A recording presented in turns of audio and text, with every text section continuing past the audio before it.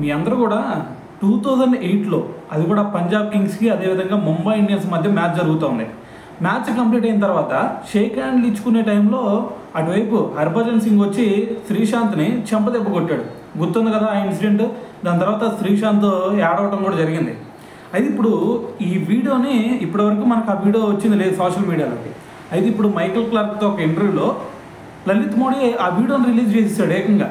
అంటే అది ఏదో పెద్ద గొప్ప కార్యం చేసినట్టు ఆ వీడియోని ఎలా రిలీజ్ చేశాడు అనేది ఇప్పుడు కూడా అర్థం కాలేదు ఎవరికి కూడా. అయితే మరి దీని గురించే శ్రీశాంత్ వైఫ్ అయినటువంటి భువనేశ్వర్ గారు సోషల్ మీడియా వేదికగా ఫైర్ అవ్వడం జరిగిందనమాట.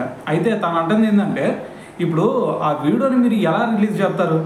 శ్రీశాంత్ కూడా ఒక కుటుంబం ఉండిద్ది కదా, మరి శ్రీశాంత్ కుటుంబం ఉండిద్ది, మరి ఇటువంటి వీడియో చూసినప్పుడు ఖచ్చితంగా ఆ కుటుంబం బాధపడిద్ది అనే విషయం మీకు తెలీదా అని చెప్పేసి ఒక కామెంట్ పెట్టారనమాట. సో దాంతోపాటు ఇంకోటి ఏమంటున్నారు అంటే, ఇటువైపు ఏది మైకేల్ క్లార్క్ అదేవిధంగా లలిత్ మోడీ వీళ్ళిద్దరు కూడా ఆ ఇంటర్వ్యూలో పాల్గొన్నారు కదా.